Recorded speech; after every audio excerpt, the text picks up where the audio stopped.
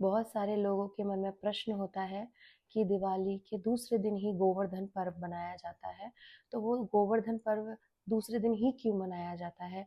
ये तो बात है राम भगवान की, लक्ष्मी जी की, तो फिर द्वापर में कृष्ण जी के साथ कैसे रिलेट करते हैं?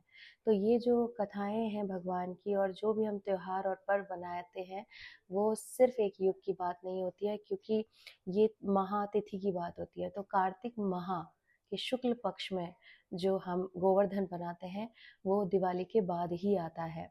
तो ये जो कथा है द्वापर युग की है, और द्वापर युग में एक बार की बात है, इंद्रदेव को बहुत अपनी शक्तियों पे घमंड हो जाता है।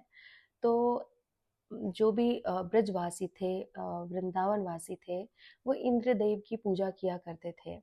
एक बार कृष्ण जी को लगा कि और उन्होंने सारे ब्रजवासियों को बोला भी कि हमें फूल, पत्तियाँ, गाय का चारा, हमारी सुरक्षा जो करते हैं ये पर्वत करते हैं, तो आप सब लोग इंद्रदेव की पूजा क्यों करते हैं?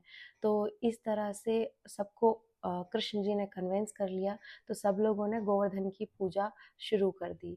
और गोवर्धन का दूसरा अर्थ ये भी होता है कि गोधन, तो वो ग्वाले कहे गए हैं, और मतलब जो गाय माताएँ होती थी उनकी पूजा अर्चना भी किया करते थे।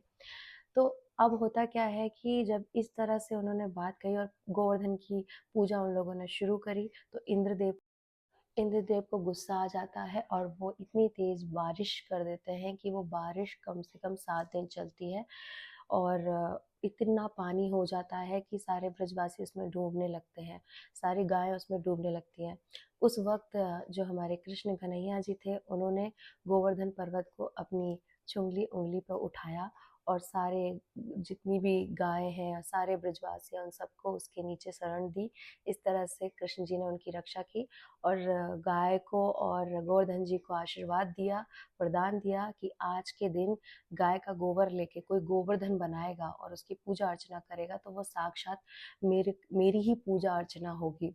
तो इस तरह से उस दिन से लेके आज तक सारे लोग गोवर्धन की पूजा करते हैं और कृष्ण जी को याद करते हैं, इसीलिए गोवर्धन पर्व बनाया जाता है। और कान्हा जी ने ये लीला इसलिए रची थी क्योंकि जो इंद्रदेव थे उनको अपनी शक्तियों पे घमंड हो गया था। तब उन्हें कुछ समझ नहीं आया, तो ब्रह्मा जी ने उनको बताया कि ये नारायण के ही स्वरूप है जो पृथ्वी पे कृष्ण जी के रूप धारण करके लीलाएँ रच रहे हैं।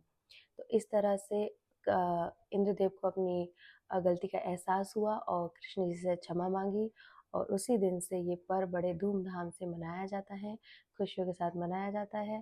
तो मेरी ओर से सभी को गोवर्धन की बहुत-बहुत शुभकामनाएँ, और हर हर महादेव, जय माता दी।